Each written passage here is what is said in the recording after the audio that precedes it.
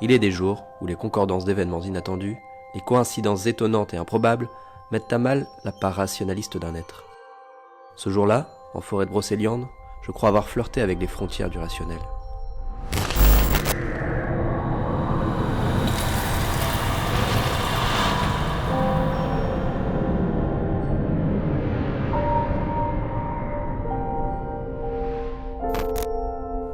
C'est en tout cas une journée qui se soldera par un échec total quant à la réalisation d'une de mes vidéos. Bonjour, je me demandais ce que vous faisiez. Tout un tas de circonstances feront qu'en effet, je ne puisse pas mener à bien mon périple en ces lieux chargés des légendes arthuriennes. Phénomène naturel, action d'un homme, hasard ou volonté mystique? Telles sont les hypothèses qui se présentent encore aujourd'hui, et ce des mois après l'apparition. Je vous pose la question. Croire au hasard, n'est-ce finalement pas un autre genre de superstition ?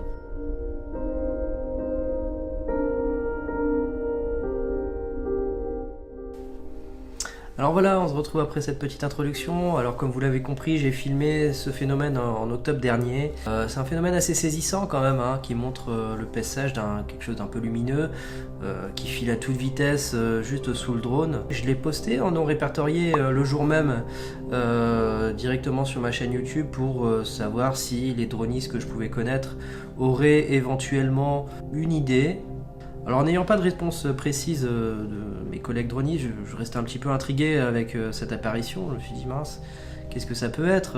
Voilà, c'est quand même étrange, ça file à une vitesse folle. Et j'ai eu l'idée d'envoyer en fait ma vidéo au Grand JD. Alors je pense que tout le monde connaît ce youtubeur, pas besoin de le présenter. C'est un youtubeur francophone qui fait des vidéos un peu orientées paranormales.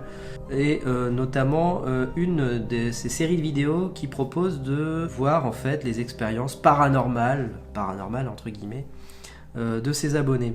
Je me suis dit peut-être que grâce à ça, ses abonnés auraient peut-être une idée en fait simplement de ce que ça pourrait être, ou en tout cas pourrait orienter vers quelque chose.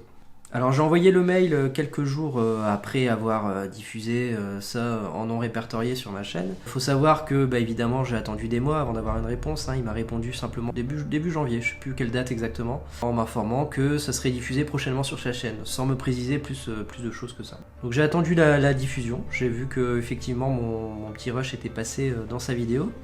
C'est vrai que c'est une vidéo qui à terme aura fait quand même plus d'1 million de vues, avec dans les 7000 commentaires, quelque chose comme ça. Bon, j'étais un petit peu déçu quand même, c'est vrai que les gens prennent ça un peu à la légère, dès qu'on voit quelque chose passer dans un objectif, on pense de suite à une soucoupe volante, voilà. Il y a toujours ce côté-là qui revient un petit peu, c'est un peu dommage. Alors j'ai évidemment regardé beaucoup de commentaires sans avoir épluché la totalité, ça serait impossible. Il y a beaucoup de choses qui reviennent et donc on va essayer de regarder un peu tout ça.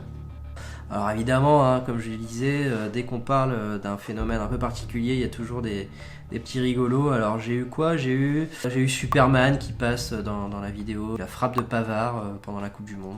J'ai eu Sangoku, voilà, sur son petit nuage.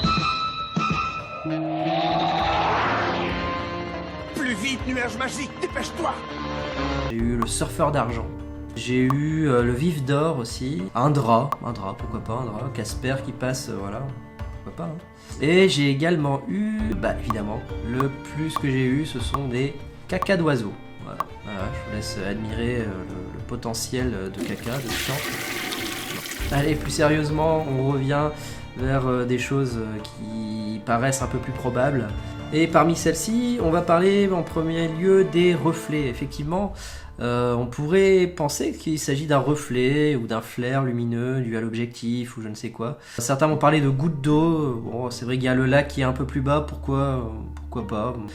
Je sais pas si vous avez déjà essayé de filmer une goutte d'eau, et à aucun moment elle va vous faire un reflet qui va à une vitesse d'un bord à l'autre de l'écran.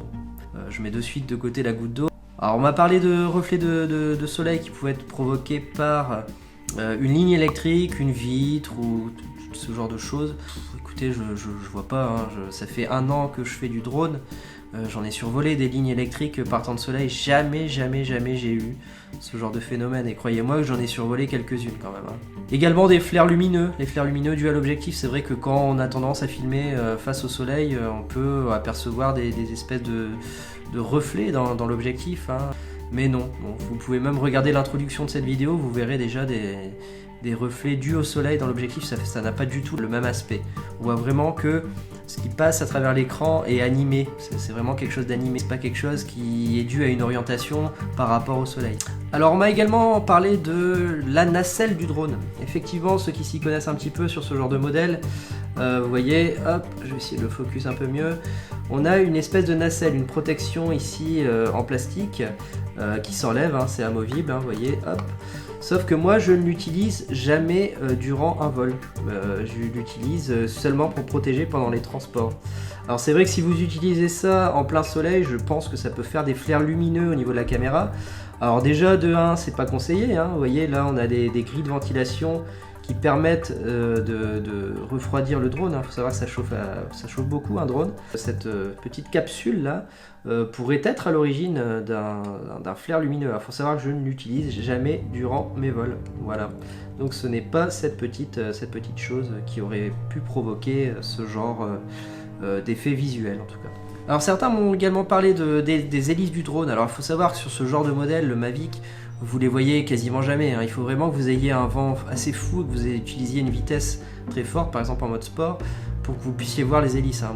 Je les ai vus je crois 2 fois sur des rushs en 1 an de drone sur mon Mavic, on ne voit pas les hélices. Et je vois pas en quoi les hélices pourraient créer un reflet en fait, hein. C'est mat, en plus c'est noir. Non, ça peut pas être les hélices qui créent ce genre de reflet lumineux, ce genre de passage lumineux dans la caméra. Alors après les reflets, on va parler des débris et projectiles divers. Alors c'est vrai qu'il y en a énormément. Alors certains vont parler de débris d'avion. Alors moi j'y crois pas du tout, hein. Pourquoi un avion aurait perdu un débris comme ça en l'air et que ça passerait dans la trajectoire du drone? Bon. C'est en tout cas très peu probable, hein. On peut pas enquêter là-dessus de toute façon, donc on pourra pas dire grand chose. Ça me paraît quand même très peu probable. Je mets directement les débris d'avion de côté. Alors on m'a parlé également de balles de golf. Effectivement, pourquoi pas une balle de golf, c'est vrai que c'est blanc, il y a une traînée, il y en a 2, bon, 2 balles de golf, ouais, ça devient moins crédible déjà. J'ai regardé quand même au cas où s'il n'y avait pas un terrain de golf très proche. Effectivement, entre 16 et 18 km de là, à vol d'oiseau, il y a un terrain de golf. À moins que vous ayez le drive de Tiger Woods, excusez-moi, ça devient compliqué. À moins que tonton Raymond soit en train de faire des exercices de drive dans son jardin, ça paraît quand même très peu probable. Alors on m'a parlé aussi de flèches tirées par une arbalète ou un arc. Alors là, quand on regarde la forme, effectivement, on pourrait se dire, ouais, ça pourrait correspondre. On voit les 2 espèces de plumes là, hein, dans la forme, qui pourraient s'apparenter à une flèche. On peut y penser. Étant à 150 mètres d'altitude, déjà, ça me paraît peu probable. Je pense que la trajectoire serait beaucoup plus parabolique. Là, on a une trajectoire qui est vraiment horizontale, hein. Ça vient de loin, à une vitesse folle. Je pense qu'à 150 mètres d'altitude, la trajectoire n'aurait pas été la même avec une arbalète ou un arc. On m'a parlé également de billes d'airsoft. Alors ce sont des sortes de pistolets, revolvers, même des fusils qui tirent des projectiles. Bon, voilà, ça fait 6-8 mm le projectile en moyenne, 20 grammes maximum. Alors ça peut être un projectile en plastique, une couleur blanche, couleur jaune, ça peut être aussi du métal. Maintenant, faut savoir que la portée de ce que j'ai pu voir sur internet, maximum, hein, sur des modèles de fusils vraiment perfectionnés, on était dans les 70-80 mètres, hein, pas beaucoup plus. Alors ça a peut-être évolué hein, entre les articles que j'ai vus sur internet, mais voilà, ça n'atteint pas 150 mètres et encore plus avec des conditions de vent qui seraient peut-être défavorables. Je pense pas qu'on puisse avoir une bille d'airsoft qui nous passe juste en dessous, je pense qu'on la verrait même pas. Alors dans les projectiles, évidemment, on m'a parlé d'un tir de fusil, tir de revolver, mais du vrai quoi, hein, pas de l'airsoft. Alors je vous mets le lien d'un petit site internet dans lequel la personne a en fait détaillé la vitesse de chaque calibre. Alors vous voyez que les vitesses sont assez impressionnantes, hein. On est en mètres secondes. Croyez-moi qu'en fait à cette vitesse là vous verrez rien passer, hein. Même du 22 long rifle vous n'allez pas le voir passer, hein. Alors après effectivement certains m'en ont parlé dans les commentaires aussi. Il y a un camp militaire qui est très proche. On pourrait imaginer facilement que des militaires soient en exercice ce jour-là. Ma foi, ça serait fort probable. Même avec des vraies balles, pourquoi pas, hein, je veux dire, même si ça me paraît peu probable, hein, c'était jour de balade, hein, on était pendant les vacances scolaires, un mercredi. Alors on pourrait parler également des chasseurs, hein, c'est vrai qu'eux aussi utilisent des projectiles, des fusils, etc. J'ai regardé un peu sur le site de l'ONF si Géographiquement déjà c'était faisable. Alors oui, géographiquement c'est faisable.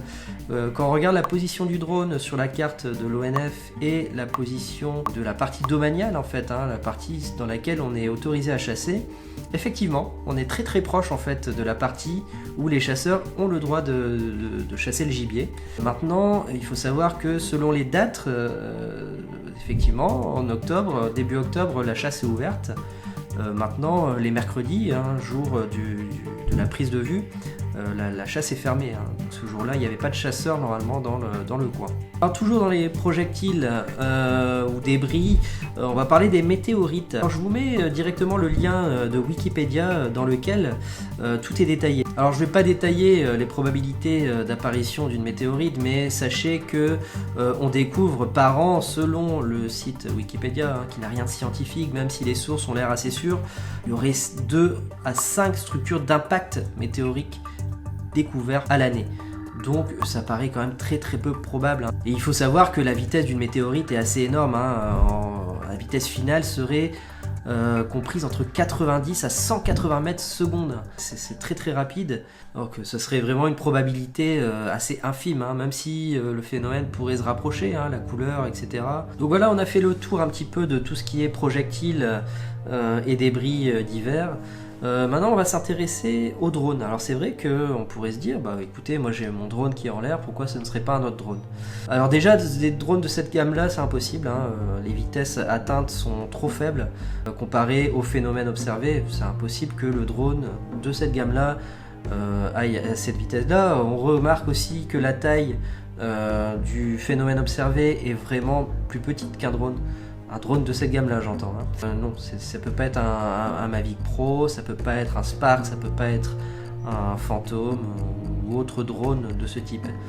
Par contre, on m'a parlé de Drone Racer. Alors c'est vrai que au départ j'étais dubitatif. Pour moi, le Drone Racer a été utilisé vraiment en basse altitude, entre des obstacles, proches de relief en fait, pour avoir un côté immersif. Mais un abonné m'a montré qu'il existait des drones, ce qu'on appelle long range ou free range. Je vous mets une vidéo en lien, je vous conseille d'aller la voir, c'est intéressant. C'est un petit drone racer en fait qui va à de très hautes altitudes pour pouvoir filmer au-dessus des nuages, etc.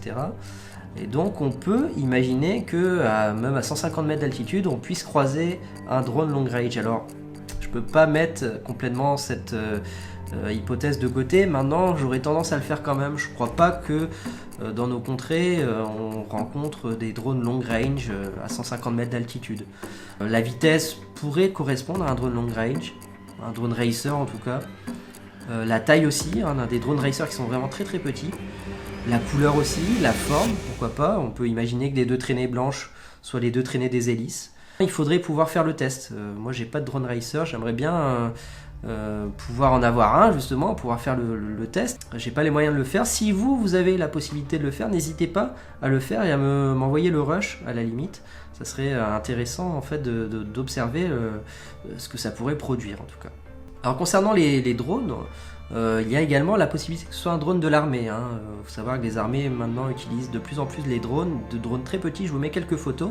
Et il faut savoir que non loin de la forêt de Brocéliande, à quelques dizaines de kilomètres, on trouve un camp militaire. Alors on peut imaginer que les militaires fassent des exercices au quotidien avec des drones proches de la forêt de Brocéliande ou en forêt de Brocéliande. Même certaines parties pourraient très bien être utilisées par les militaires. Le souci c'est que j'allais pas appeler l'état-major pour savoir si ce jour-là précisément il y avait un drone qui pouvait voler en exercice au-dessus du château de Compère. Maintenant ça reste une possibilité qui ne sera pas vérifiée. Voilà, on pourrait très bien imaginer que ce drone-là, vous voyez la taille des drones sont très petits, même blancs pour certains. On pourrait très bien se dire que voilà, pourquoi pas, pourquoi ce serait pas un drone de l'armée qui soit passé ce jour-là juste en dessous. Alors qui dit grand JD, qui dit phénomène un peu particulier, de suite on va passer dans le côté obscur de la force avec les phénomènes étranges. Et parmi ceux-là, on m'a parlé de ROD en fait. Je ne connaissais pas l'existence de cette chose, entre guillemets cette chose. Alors on les appelle ROD ou fulgures en français. Ce serait apparemment les dernières nées de la cryptozoologie. Ce seraient des espèces d'apparitions qui seraient formées en principe par les problèmes d'objectifs, de caméra, de luminosité, C'est vrai que quand vous regardez, vous pouvez taper un ROD, R-O-D sur internet, vous verrez que c'est tout le temps filmé dans des conditions assez mauvaises de luminosité, c'est mal filmé, c'est filmé très rapidement avec de mauvaises caméras je pense, et il y a quelque chose qui apparaît de l'ordre un peu d'une trace comme ça, comme si c'était un petit animal. Bon. Il n'y a pas eu beaucoup d'expériences scientifiques là-dessus, donc on peut pas vraiment se fier à ça. Voilà, les rods, pourquoi pas, maintenant. Quand on regarde le phénomène que j'ai filmé et un rod, il y a quand même une grosse différence. Alors avant de parler de phénomènes paranormaux liés aux ovnis, aux soucoupes volantes, etc., je voudrais revenir sur deux phénomènes qui m'ont été possibles d'observer grâce à Alex à la chaîne Alex Drone Exploration que je mets en description, et également celle de Drone Vision. Alors tous les deux m'ont envoyé en fait des phénomènes qui ressemblent très très fortement à ce que j'ai filmé, je vous laisse les voir.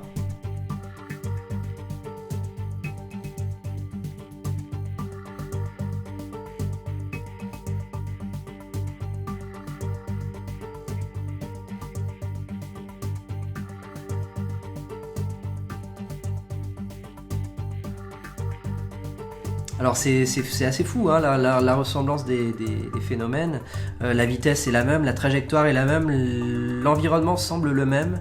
Alors voilà, j'intègre ces vidéos dans la partie où je parle des ovnis, mais je pense pas que ce soit des ovnis, hein, loin de là. C'est juste que on a aussi trouvé, grâce à Alexandre, qui m'aura beaucoup aidé dans la recherche, des vidéos qui sont étrangères, espagnoles, anglaises, américaines, où l'on voit en fait le même genre de phénomène, mais après voilà, les sources me paraissent assez douteuses, donc voilà, je m'arrête pas là-dessus. Je vous les mets quand même en lien pour que vous fassiez votre propre avis en fait sur le phénomène observé. Moi personnellement, voilà, tout ce qui est lié à l'ufologie, j'y crois assez peu. Et encore une fois, au vu de la taille de la chose, ça peut vraiment pas être une soucoupe volante. Ne vous inquiétez pas. Alors voilà, je pense qu'on a à peu près fait le tour des hypothèses qui auront été abordées, sauf une hypothèse qui aura été mise de côté directement par le Grand JD dès le début de sa vidéo. Il met de côté directement l'hypothèse de l'insecte. Alors ce qui est pour moi quand même un peu dommage, car quand on regarde un petit peu le phénomène, la probabilité, l'altitude, la vitesse, on se rend compte que c'est au final la plus probable.